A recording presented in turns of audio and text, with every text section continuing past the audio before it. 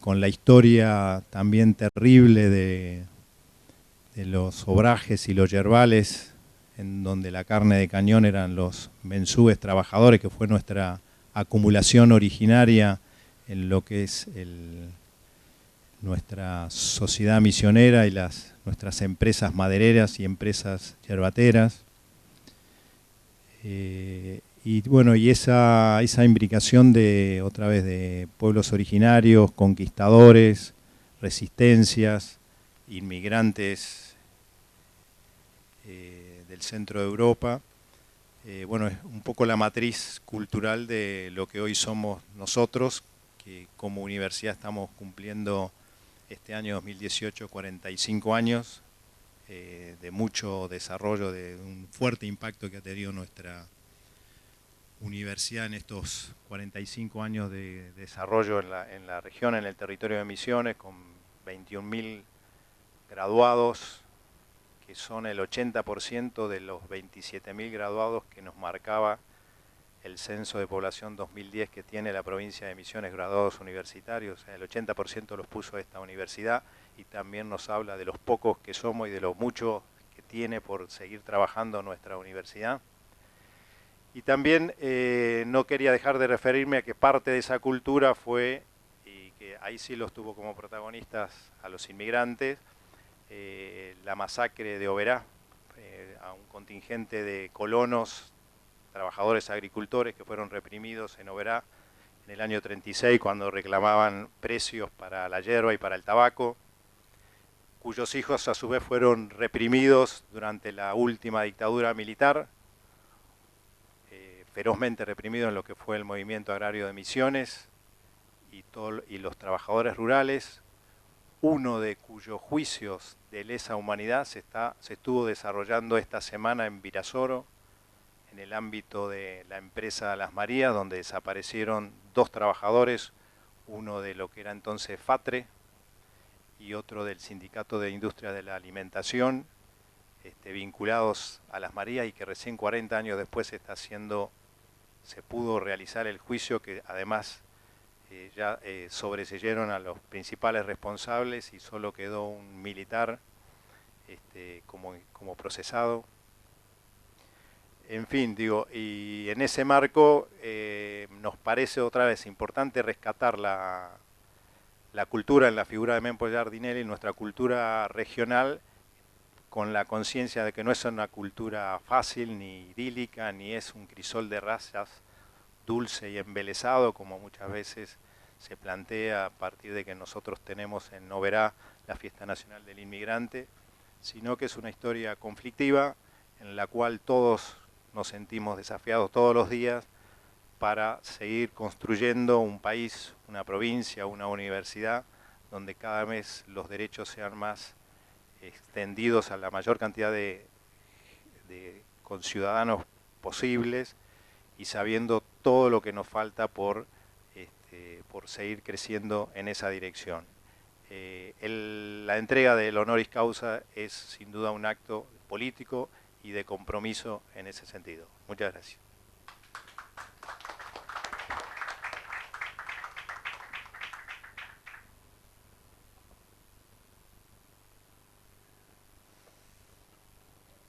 Escucharemos ahora las palabras del doctor honoris causa de la Universidad Nacional de Misiones, Mempo Giardinelli. Damos lugar entonces. Bueno, a todos y todas los aquí presentes, y en particular al rector y las autoridades que están, quiero primero decirles que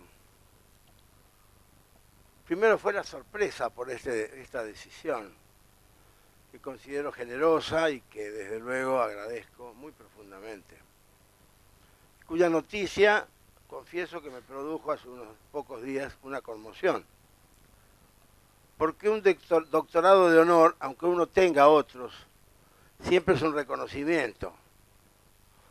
Uno no sabe muy bien a qué, y está bien que uno no lo sepa. Y eso desencadena necesariamente grandes interrogantes, que yo me he venido haciendo estos días. ¿qué habré hecho yo para merecerlo? ¿Qué méritos habrán visto en mi obra, en mi accionar ciudadano? ¿Con qué vara habrán evaluado mi vida? Yo prefiero atribuir ese honor que ustedes me deparan antes al azar que a mi talento. Porque yo soy solo un escribidor de estos nortes argentinos, un ciudadano que fantasea como tantos y tantas, uno que ha escrito quizás demasiado, quizás desparejo, pero también, eso sí, uno que ha dejado alma y vida en cada original llevado a imprenta y devenido libro. Quiero decirles que solo eso tienen enfrente aquí esta tarde, un escritor, también periodista, un intelectual segura y generalmente incomodante, y en cierto modo creo que nada más que eso soy. Pero como ahora ustedes declaran que hay méritos en mi obra, yo puedo simplificar todo diciéndoles gracias. Pero además, dada la ocasión, quiero compartir, que no explicar, cómo fue la evolución de esa producción que, también para mi azoramiento, hoy se lee en decenas de países y de idiomas. Todos y todas aquí sabemos que Jorge Luis Borges era un hombre que desconfiaba de todo lo real y evidente y prefería otorgarle relieve a lo imprevisible, lo inesperado, lo desconocido. Entonces yo quiero empezar declarándome devoto aprendiz del cuentista insuperable y perfecto poeta que fue Borges, para enseguida añadir que siempre fui consciente de que mi obra debía alejarse de su influencia. Lo mismo me sucedió con Julio Cortázar, cuyo magisterio fue implacable cuando yo era un muchacho que se iniciaba. Y luego me pasó lo mismo con otros maestros de vida y literatura que leí con pasión y con vértigo. De Miguel de Cervantes y Dante Alighieri, François Rabelais, a Mary Wollstonecraft, a Lewis Carroll, a Domingo Faustino Sarmiento, a Virginia Woolf, a William Faulkner, y después Neruda, Amado, Juan Rulfo, Rosario Castellanos, María Elena Walsh, Juan Gelman, Gabriel García Márquez, María Luisa Bombal, Juan Filloy y más y más. Los puntos suspensivos aquí son casi hasta el infinito, porque mi vida ha sido azarosa y ha sido itinerante, pero siempre trajinando la inmensa biblioteca universal para colmar lo que jamás se colma. La irrefrenable pasión por leer, que en mi caso es como decir pasión por saber, pasión por el conocimiento, por la historia, por la tragedia humana, por la pasión argentina y por ese aprender a intentar respuestas que llamamos filosofía. Mi vida ha sido más intensa y dura y por momentos más amarga que lo que me hubiese gustado. Pero si algo me sostuvo siempre fue mi pasión literaria en mi única doble fe inclaudicable. La lectura y la literatura, normas excluyentes del crecimiento intelectual. La lectura y la literatura fueron y son las herramientas con las que siempre me sobrepuse al desamparo y la desesperación y al dolor y la rabia cuando cuadraron. Leer y escribir, lo primero a lo bestia y lo segundo con apasionada delicadeza, me guió y persiguió siempre desde mi juvenil militancia sindical hasta el exilio. Y después en el desexilio, en la revista Puro Cuento que fundé, llevado por esa vocación tan argentina y latinoamericana que es el relato breve. Y también, claro, me guió la vocación periodística, que es otra versión de la pasión por saber y entender, tantas veces signada por emergencias políticas, económicas, sociales. Por supuesto que no vengo a rendir cuentas de ello ni de nada, pero en una circunstancia para mí solemne y tan honrosa, sí quiero decir que mi extensa obra literaria es, en cierto modo, el producto de una desobediencia.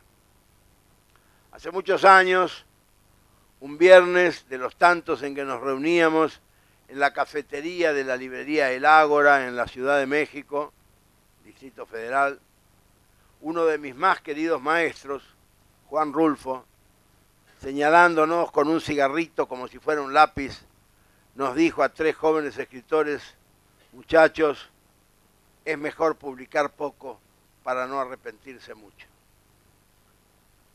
Yo no le hice caso, y hoy, a la edad que él tenía entonces, no sé si le asistía toda la razón, no sé si un escritor se arrepiente de tal o cual página o libro, y tampoco sé si eso está bien o está mal. Lo que sí sé es que mi trabajo durante varias décadas fue solo eso: pasión lectora y pasión escritural, disciplina, imaginación a marcha forzada, mucho dolor a veces, felicidad desmesurada e íntima a otras, y una permanente desesperación ante los sucesivos desastres políticos y sociales de este país nuestro que amamos y que nunca nos da tregua.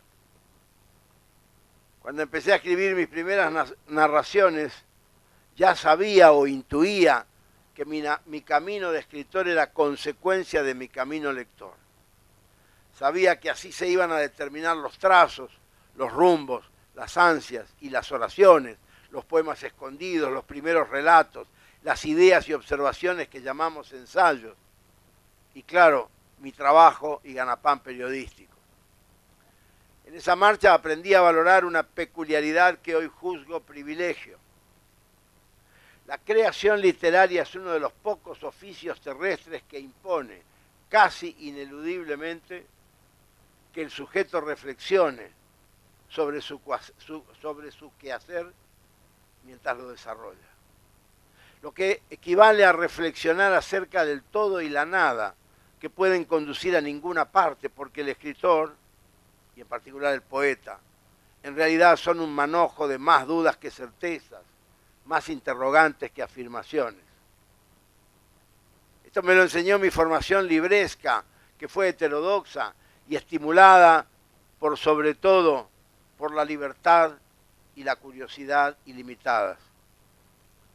Quizás por eso soy la clase de escritor que no puede o no sabe o no quiere soslayar la reflexión paralela a la escritura.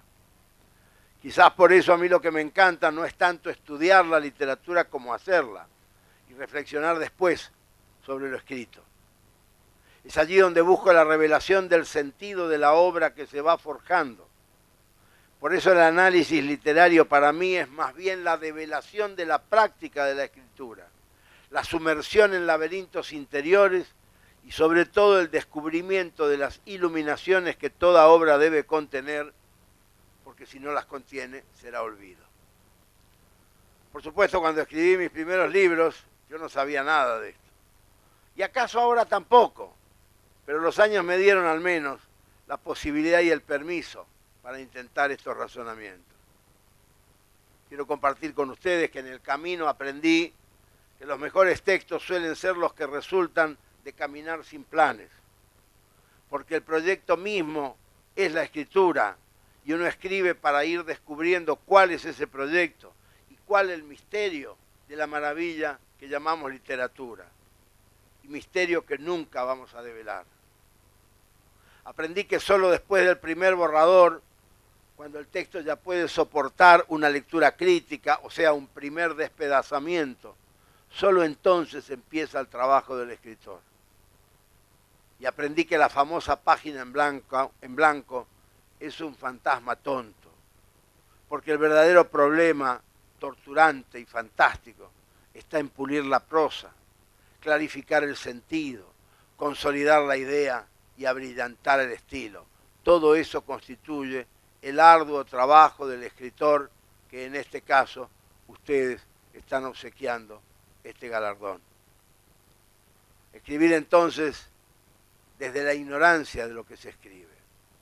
Escribir conscientemente sobre lo que no se sabe, para conocer el qué y el cómo, y no para alcanzar revelaciones, sino para buscarlas, porque buscar es mucho mejor, porque hace a la tarea más noble y más humilde.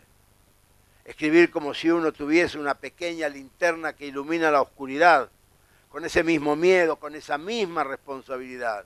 Es decir, escritura como indagación, como entrada a un laberinto que no tiene salida, pero que es fascinante recorrer sin desesperar, porque puede ser maravilloso también perderse en él. La lectura, la literatura, la conversación, la historiación, la narración constante eran la vida misma para las mujeres de mi casa y sus amigas. Éramos pobres, pero honrados. Y solamente abominábamos de la ignorancia, como postulaba mi madre, para quien la literatura era la única fuente del saber. De Stefan Zweig a Alfonsina Storni, de Enrico Veríssimo a Alberto Moravia, de André Gide a Bioy Casares, y para el niño de aquella modesta casa que era yo, todo Julio Verne, todo Monteiro Lobato, todo Salgari, todo Stevenson, mechado con Dostoyevsky, Parlagerquist, y jamás de modo impositivo, sino naturalmente, como florecen los lapachos en nuestros inviernos tropicales. De ahí para acá, todos los domicilios de mi vida siempre estuvieron llenos de novelas y de poesía, de cuentos y también de sueños. Pero claro, sucede que vivimos en este país y en esta América, y por eso andamos, inevitablemente, dramáticamente, dejando testimonios de imaginación o de locura o empecinamiento, esos estímulos de la llamada realidad que en materia literaria son toda una misma cosa, un magma feroz que descubrimos en nuestras manos mientras pensamos que algo tenemos que hacer con eso. Por ello, al contrario de la vida práctica, que es la vida disque verdadera, de la política, la economía, los desenfrenos y desastres del país y del mundo, la vida en la literatura tiene la condición magnífica y sugerente de la verdad aludida, la que no siendo es, la que diciendo poco lo dice todo, la que sugiere con levedad pero deja marcas imborrables. Y esto porque solo la mentira es validada por la literatura que juega con ella. La legitima, la enaltece, la purifica, la autoriza. Hace unos años, en Lisboa, en Portugal, participé de una lectura colectiva en la Fundación Fernando Pessoa. Después de una conferencia de José Saramago, participé de una breve maratón expositiva con el colega chileno Luis Sepúlveda y los españoles José Manuel Fajardo y Rosa Montero. Sobre el final, Luis insistió en contar él un cuento que había escrito yo, Kilómetro 11. Cuento que nació de un relato de un hermano de la vida, Miguel Ángel Molfino, que él no podía contar porque esa historia le dolía demasiado y la había parido en prisión. Entonces Molfino me la regaló para que yo la escribiese. Sepúlveda la contó como él la recordaba y lo que se produjo fue fantástico. Un escritor narraba lo que había escrito otro, yo, que en realidad había escrito la narración de un tercero, Molfino, y el público que escuchaba atendía la fuerza del relato independientemente de sus autores. El que vivió la historia, el que le hizo texto y el que la narraba de viva voz. Este fenómeno es para mí una de las maravillas que produce la literatura y es lo que, confieso ahora, le da sentido a mi también pasión ciudadana. No sé si es bueno o superfluo y prefiero tener razones antes que razón, pero para mí la escritura de lo real, y en mi caso el periodismo político, la revisión, digamos, de la vida cotidiana de la sociedad atormentada en que vivimos, es solo la otra parte de una misma pasión, la otra cara de una misma moneda infinita. Así, los que hace años eran llamados escritores comprometidos, hoy somos simples ciudadanos de la democracia, que tenemos la posibilidad, pero también el deber, de manifestarnos en medios periodísticos, desde donde observamos lo que pasa y lo analizamos críticamente. Mi escritura por eso se monta siempre sobre dos bestias, la historia y la literatura, a las que visito ora desde la perspectiva del periodismo, ora de la del narrador que quiere ser poeta. No tienen códigos iguales, ni siquiera son paralelas en sus reglas. En una, la velocidad, la urgencia. En la otra, el reposo, la calma. En una, la verdad o la búsqueda desesperada de la verdad. En la otra, la mentira legitimada, la mentira como regla, nutrición y beneficio. Como nos enseñaba Juanito Rulfo hace años, la literatura es mentira, muchachos, pero no falsedad. Y era tan difícil entender lo que nos decía que luego nos quedábamos debatiendo la idea. Que mentimos pero no engañamos. Que mentimos pero no engañamos, claro. Que en la literatura los valores no es que sean otros, sino que son más nobles. Y por eso la mentira literaria es buena, porque alude siempre a la verdad y no lastima. Mientras la falsedad nunca es noble, y no es que alude, sino que distorsiona, miente. La mentira literaria ilumina porque es fruto de la imaginación y es profundamente ética en la paradoja. En cambio, la falsedad engaña siempre, y sobre todo en periodismo lo que es falso confunde, juega sucio, y por eso carece de ética y de estética. Por eso es tan feo. Me llevó muchos años comprender la inmensa sabiduría de aquellas enseñanzas. Basta ver hoy cómo se falsea en nuestra tierra y en todo el mundo, cómo se distorsiona y se engaña incluso en nombre de la verdad. Parafraseando aquel transitado dogma de un benemérito militar y político argentino fallecido hace 40 años, podríamos decir hoy, la realidad es la única ficción. Lo cual, aunque suena bien, tampoco es cierto, porque la ficción es poliédrica, es multifacética y reconoce progenituras varias y complejas e ilógicas. Así lo demostraron Lewis Carroll, Jonathan Swift, Franz Kafka, por lo menos, en quienes el texto ficcional puede nacer de la realidad y de la historia que son de todos y de todas, pero también nace de lo onírico, que es individual e íntimo. La ficción, además, requiere de la poesía para ser, y su tesitura registra todos los tonos. Porque la ficción va a de donde viene, y viene de a donde va. No hay concordancias ni registros monocordes que definan a la ficción, que siempre abarca y muestra lo que ve nuestro ojo en un caleidoscopio, algo único y múltiple, efímero e infinito, pero inagotable en su variación.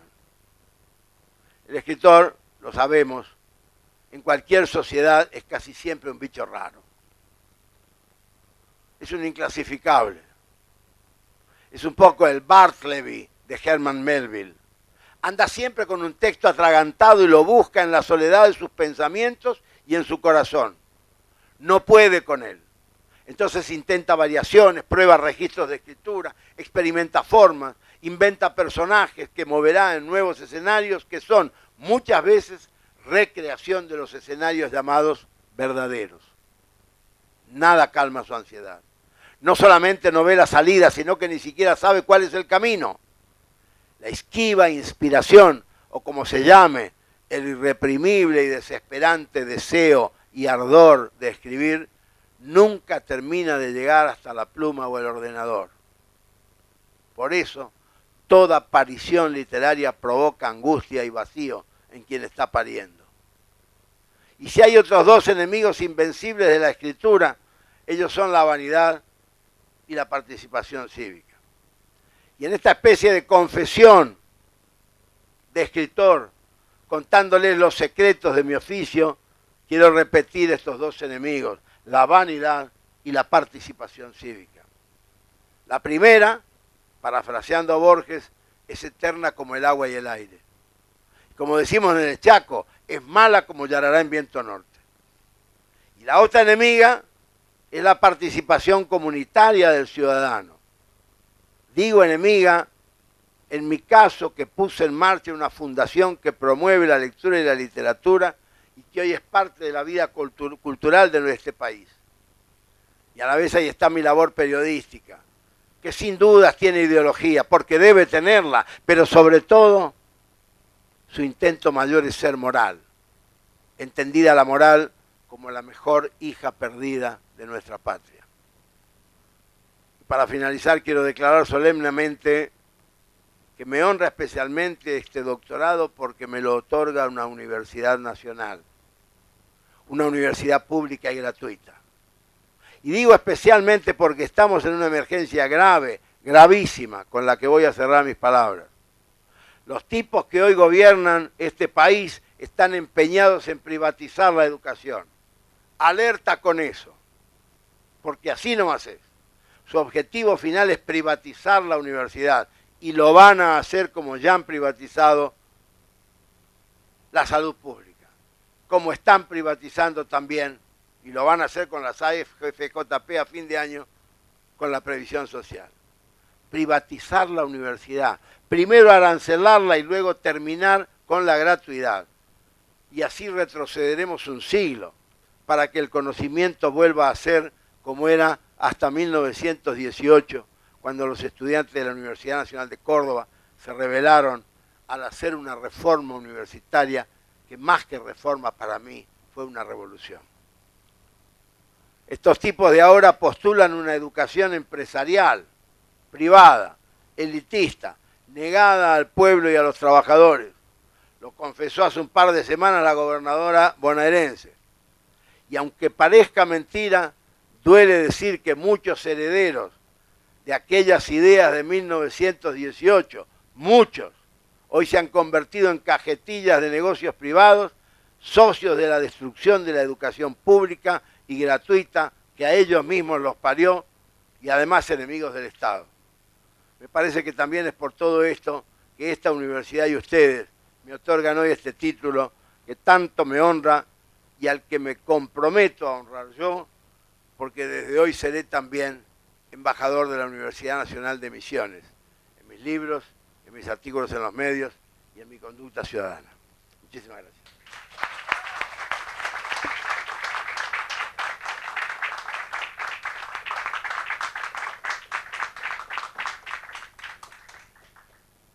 Agradecemos las palabras de Mempo Giardinelli y a continuación se dará lugar a la charla. Bueno,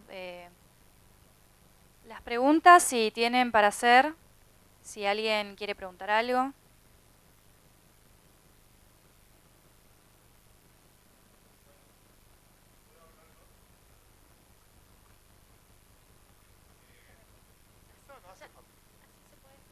Bueno, buenas tardes. Algunos no me conocen, otros sí. Yo soy Hugo Baldoneiro, soy el presidente de la Asociación Nacional de Presos Políticos. Hace 30 años que vivo en Misiones, pero además soy chaqueño. Vine acá porque estoy emocionado, porque está Mempo, porque con Mempo hacíamos teatro universitario allá en el año 68, 69, y si lo hubieran visto a Mempo de Ubur Rey, de Yarí, hubieran visto un Mempo con unas características impresionantes actorales. Pero también, gracias a Mempo y al teatro universitario, yo empecé a militar en el año 69. Entonces, vine acá, estuvimos exiliados en México también. Hace un rato Mempo decía, ¿quién carajo es Hugo Baldoneiro? Bueno, en el exilio me decían Tití. Entonces, digamos, vine acá emocionado por encontrar, y además con Javier, con quien mantenemos una excelente relación. Desde hace años lo conocemos a Javier también cuando llegó acá, ¿te acordás, Javier? Cuando llegó acá y desembarcaba sus bártulos. Y Mempo a mí me ha ayudado con su obra a ser quizás todos los días mejor persona. La obra de Mempo a mí me sigue hasta el día de hoy ayudando a ser mejor persona, y si alguno no la leyó, yo creo que hay que leerla. Y hay que leer especialmente, a mí personalmente, voy a hablar lo que me gusta a mí, La Revolución en Bicicleta. porque la historia de la revolución en bicicleta es sencilla, es alguien que milita y un día dice no vuelvo a militar hasta que pronto viene alguien y le dice, mira, hoy la revolución es posible. Y nosotros creemos que hoy también la revolución, el cambio es posible y con la ayuda de todos los ciudadanos, de todos nosotros, vamos a generar un país mejor y vamos a derrotar a este gobierno neoliberal que hoy nos está explotando y está llevando angustias a muchas casas de nuestro pueblo argentino. Pero además quiero aprovechar la ocasión, me acompañan los compañeros de la Coordinadora de Derechos Humanos, de acá de la provincia de Misiones. Queremos aprovechar la ocasión para entregarle este petitorio a MEMPO que hemos elaborado en razón de el premio que otorga la SADEN a la persona que está denunciada ser parte del batallón 601. Y nadie nos puede decir que los denunciantes no han participado en los crímenes de lesa humanidad. Tenemos casos testigos, el caso de Marturé, nosotros, Mempo y yo lo conocíamos a Marturé y cómo estaba introducido dentro de nosotros. Entonces, está denunciado, ya en este momento empezaron a aparecer los testigos que lo denuncian y queremos con los compañeros aprovechar la ocasión para entregarle esto a Mempo.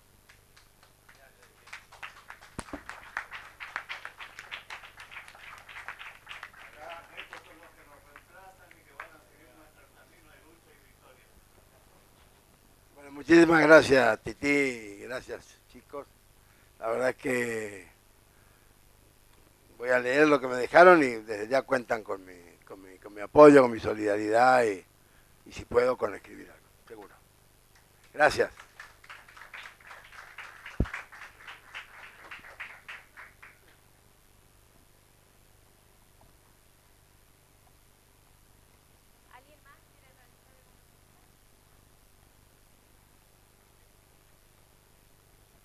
Sí, buenas tardes a todos. Yo soy Eugenio Francisco Dominico, soy egresado laboral de esta casa y estudiante en este momento.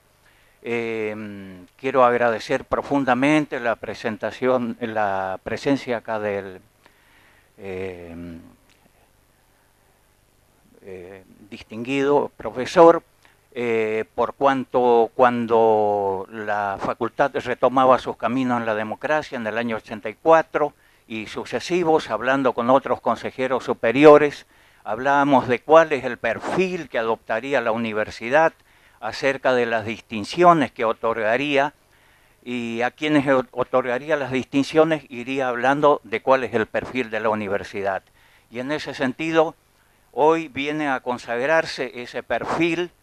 O sea, no es la universidad que busca un perfil, sino que acá el doctor nos está dando el perfil a la universidad con esta distinción que le otorga. O sea, nosotros nos identificamos en este camino, en esta forma. Por otra parte, quiero destacar de las lecturas, ha sido lector de las columnas en este caso, y la calidad de su escritura, como él mismo lo decía, y como lo dice Foucault, una cosa es comunicarse en forma de apariencia, encubriendo, tratando de dado determinado perfil, determinada presencia, y otra cosa es comunicarse con parresía, o sea, con visceral honestidad y sinceridad. Y eso es lo que hace nuestro distinguido en sus columnas, en sus escritos, y es, para mí, es la escuela de aprendizaje de cómo escribir, y eso fue reconocido en un pequeño escrito presentado recientemente. Así que, además de ser un gran comunicador, de ser reconocido, además tiene un alumno acá en esta zona. Bueno, nada más, profundamente agradecido. Es una enorme distinción por su presencia. Usted nos honra muchísimo y es un honor grandísimo tener un compañero de lucha en esta larga travesía y azarosa travesía, como está dicho, de las vidas de todos nosotros, en la lucha del campo nacional, de haber sido compañero de prisión del señor Morfino, y no tenía presente el cuento pero bueno, son las ausencias que uno tiene y los deberes que tiene por aprender. Muchas gracias.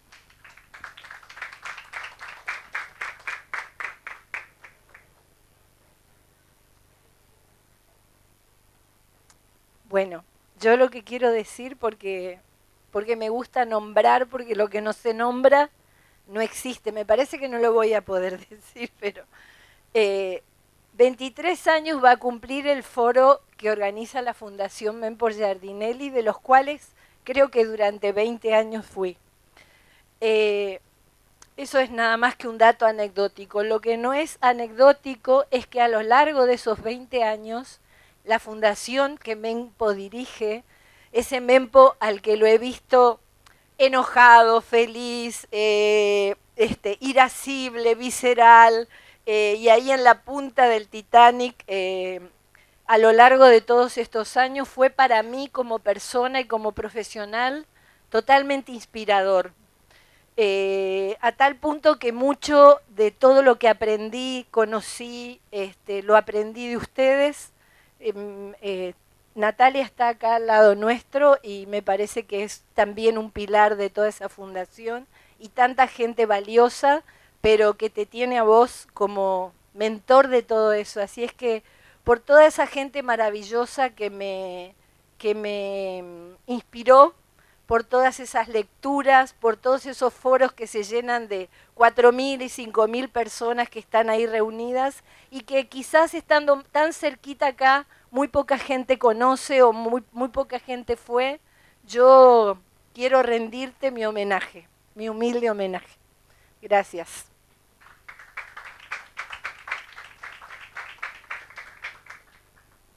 Bueno, siguiendo la línea de la compañera acá presente, lo que yo quiero hacer es agradecerte porque para mal o bien, si estoy acá es por vos. Entonces, mi pregunta es, porque se habló mucho de tus lecturas, de autores muy conocidos, y yo quería saber qué estás leyendo de autores contemporáneos y qué podrías recomendarnos de estos nuevos, de los... Ahora, sí.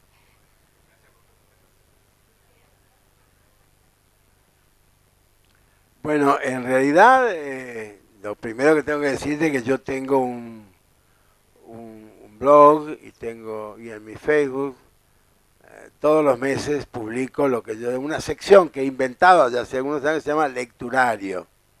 Y Lecturario es mi repertorio de las lecturas que voy haciendo. Creo que soy todavía un buen lector de poesía, leo mucha poesía, me encanta.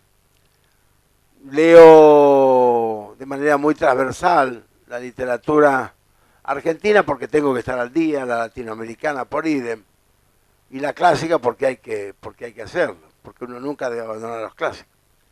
En realidad los clásicos son la literatura, lo demás es toda una hechura que estamos haciendo. Si vos querés que te diga, ¿no? En este momento el libro que tengo en mi mesa de luz se llama La experiencia literaria, es de Alfonso Reyes, un clásico. Libro que debía haber leído, ahora me doy cuenta, debía haberlo leído hace 40 años. Y es una maravilla. Estoy fastuado con este libro, la sabiduría. Yo sabía, además he leído otras cosas de Alfonso Reyes. Cuando los años que estuve en México, tuve ocasión de conocer la capilla alfonsina, como le llaman a lo que era su biblioteca. Una maravilla de lugar. Si alguna vez van a México, a Monterrey, no dejen de visitar la capilla alfonsina. Es un lugar espectacular. Y había leído poemas y algunos ensayos sueltos, pero nunca había leído esta obra que es una obra fundamental. Esto es lo que estoy leyendo actualmente. De mis últimas lecturas hay una novela muy interesante de José Luis Peixoto, que es un gran escritor portugués, que me ha interesado mucho. Me parece que tiene un mundo que se asemeja en cierto modo a un imaginario rulfiano. No es que la novela sea rulfiana, pero hay un poco ese imaginario. También evoca mucho a Julio Llamazares, que es un escritor de los Pirineos, relativamente poco conocido afuera, pero un gran escritor. Se llama La fiebre amarilla. Estoy leyendo, acabo de leer, a ver si no me hago lío, acabo de leer la última novela de Elsa Osorio, que la súper recomiendo. Leí la nueva novela de Laura Alcoba, que no la recomiendo, es mucho menos. Me interesan las anteriores de Laura Alcoba, desde La casa de los conejos, que es una gran novela, que recomiendo, es así. Y después leo, qué sé yo, estoy haciendo muy de memoria, leo una hojarasca de textos que van y vienen.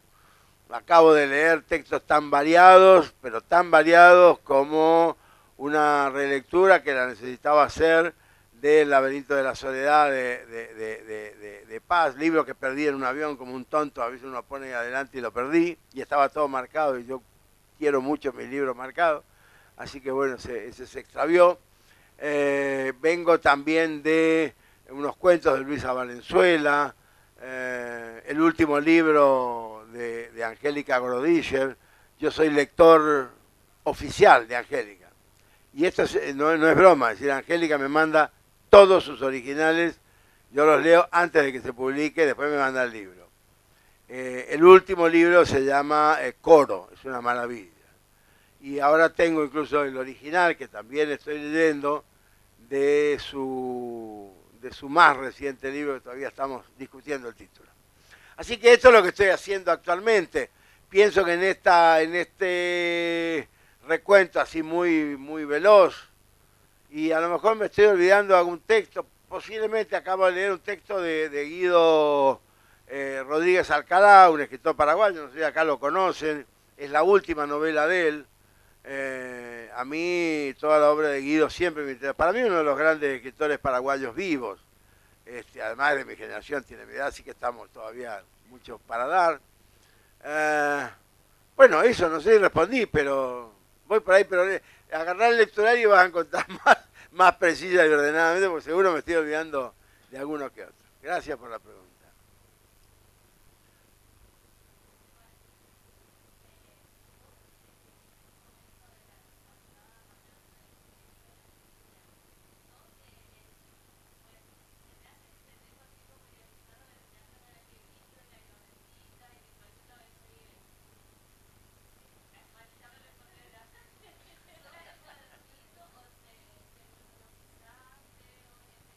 No,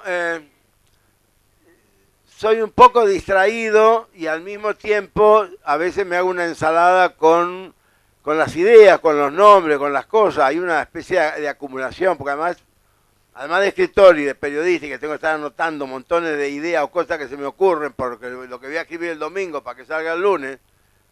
Y esta es una práctica, yo hace 31 años que escribo en Página 12. Yo soy uno de los fundadores de Página 12. 31 años, son 31 años de domingo viendo a ver qué voy a sacar el lunes. Entonces, sí, necesariamente ando con... El problema que tengo a veces es que no tengo una libreta, tengo 4 o 5. Entonces después no sé en cuál de esa libreta dije qué cosa. Pero bueno, eso es un poco Pero sí, claro que anoto, no. Y una de las cosas que me desespera muchas veces es cuando tengo una idea que me parece, esta está buena, y después me la olvido. Entonces por eso tengo que andar anotando todo. Sí, soy de andar con papelitos. Mi maestro Juan Filloy enseñaba eso. Y si ustedes me permiten voy a pasar el aviso, porque esto tengo que pasarlo, para mí es muy importante. En mi vida hubo 2 Juanes importantes, que fueron mis 2 maestros, Juan Rulfo en México y Juan Filloy en Argentina. Mi vocación periodística hizo que a Juan Filloy yo lo buscase, lo conociese. En México fue otra cosa, tuvo más que ver con una cuestión de cercanía con Juanito Rulfo, pero aquí yo lo vine a buscar cuando leí su novela Opolop. Yo dije, yo no puedo no conocer a este hombre, porque me deslumbró esa novela. Y lo fui a buscar a Río Cuarto. Y al segundo viaje se me ocurrió ir con un chico que era un chico que estudiaba cine y que estaba en un taller literario que yo daba. Entonces le invité a que viniera para que filmara, para que tomáramos algunas... Se repitieron esto y lo grabamos durante 4 o 5 años, fuimos grabando conversaciones que hacía con don Juan, que iba y venía. Eso quedó ahí perdido. Hace unos años decidí recuperar ese material y acabo de terminar, lo entregué el jueves, lo entregué al Inca, un documental que escribí, que dirigí, que se titula Don Juan y que espero que lo vean pronto y que es una maravilla, no porque lo haya hecho yo, sino la maravilla que es ese hombre, ese compendio de sabiduría, de literatura, de decencia, que todo eso era Juan Filloy. Así que pasé el aviso cuando vean Don Juan, sepan que es Don Juan don Juan Filloy, y vayan a verla. La han visto solo 6 personas hasta el momento, los 6 quedaron muy bien, así que eso, estoy muy contento. Bueno, no sé, una digresión. Bueno, ¿la última y nos vamos o nos vamos? Venga, compañero.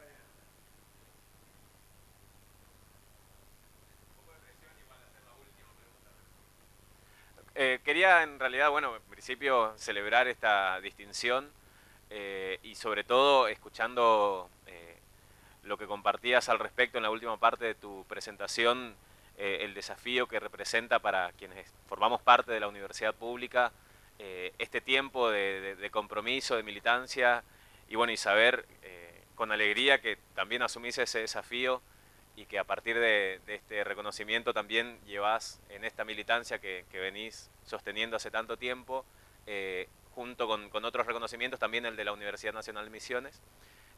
Y por otro lado, pensaba en estas propuestas que hacías al respecto de la relación entre lectura y escritura, si ves de algún modo que las lecturas contemporáneas sobre pantallas y la lectura digital, podría decirlo de algún modo, también tiene algún tipo de incidencia en un nuevo tipo de escritura. Si tenés algo pensado al respecto de la incidencia de la lectura sobre pantallas, de los textos sobre pantallas, y si podés compartir algo de esas ideas.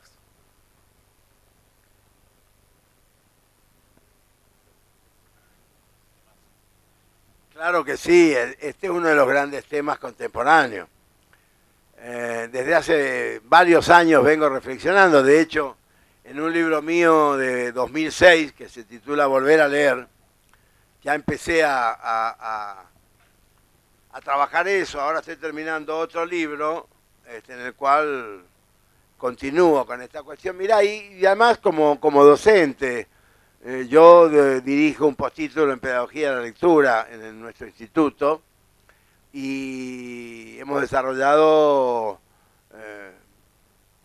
varias cátedras alrededor de ese tema. Una de las materias, digamos, uno de los puntos nodales de la pedagogía de la lectura es el mundo digital, el mundo que venía, que llegó y que continúa y que es el futuro.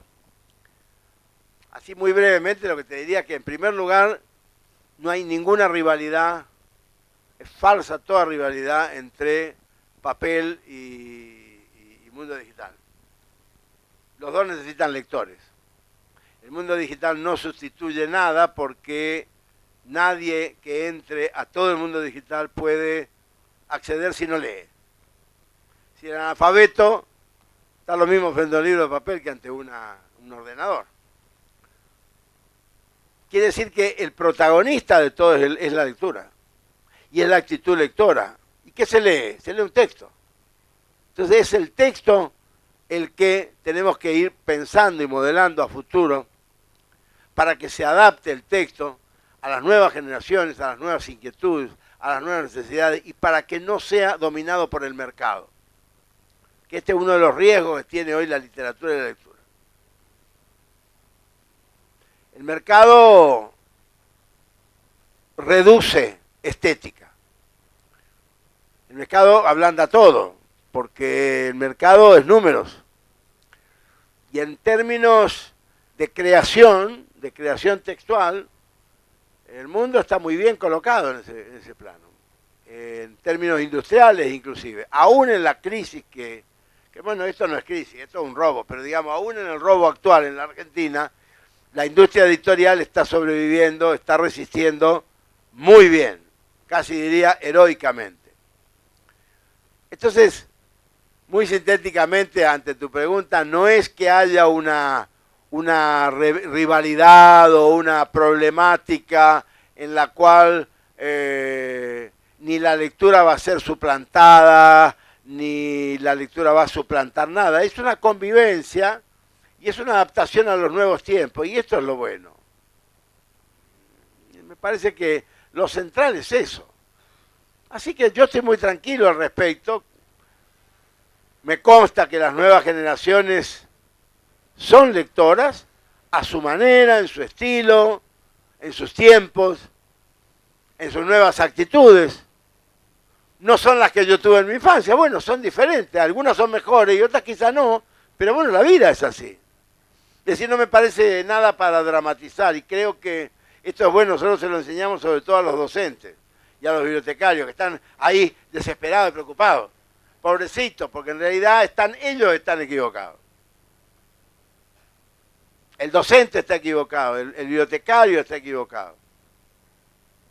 Y no por culpa de ellos, sino porque además la universidad, no sé en el caso de la Universidad Nacional de Misiones, si acá tienen o no bibliotecología, pero ojo y atente, porque todas las universidades nacionales argentinas que tienen carreras, escuelas o facultades de bibliotecología, enseñan, y los programas son espantosos, un problema serio que hay en Argentina, porque los programas son de archivología, los programas son de catalogación, los programas son de TIC, pero no hay literatura, viejo.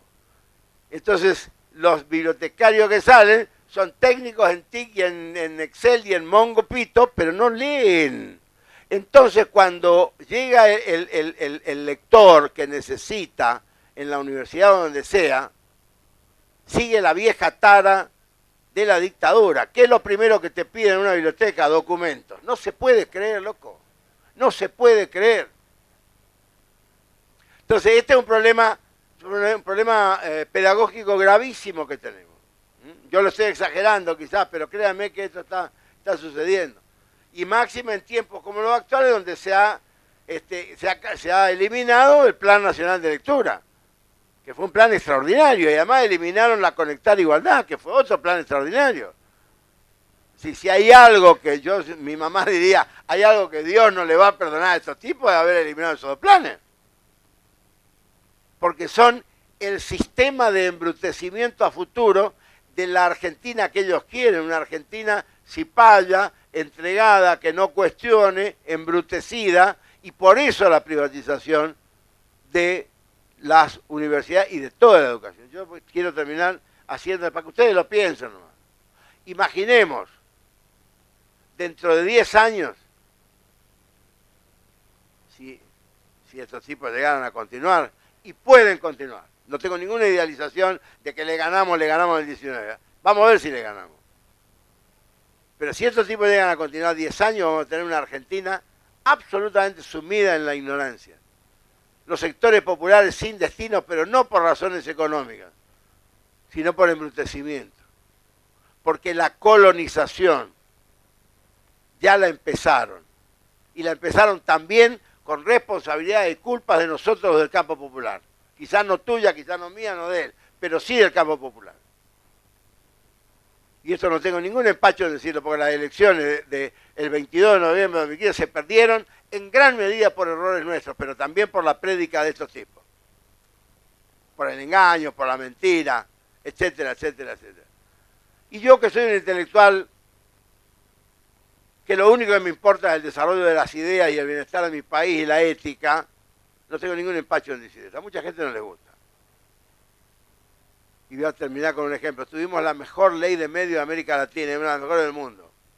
La ley más democrática, sancionada de manera, diría, irreprochable, con asambleas populares en todo el país. Durante un año o más fue un debate extraordinario, riquísimo. Salió una ley que es impecable.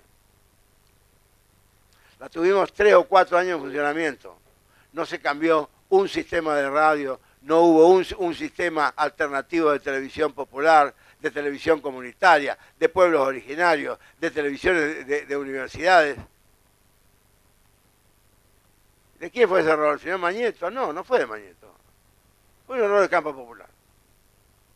Fue un error del campo popular. Y no es que no lo sabían, porque muchos se los venimos diciendo desde que empezó la ley. Y muchos tuvimos reclamos, y me consta porque me han contado, no ustedes, pero me han contado que la Universidad Nacional de Misiones también podía haber tenido ya canales de televisión propios, abiertos, y no se los dieron hasta último minuto. Y así pasó con muchas universidades. Y esto se llama, como ustedes quieran llamarlo. Buenas tardes, gracias.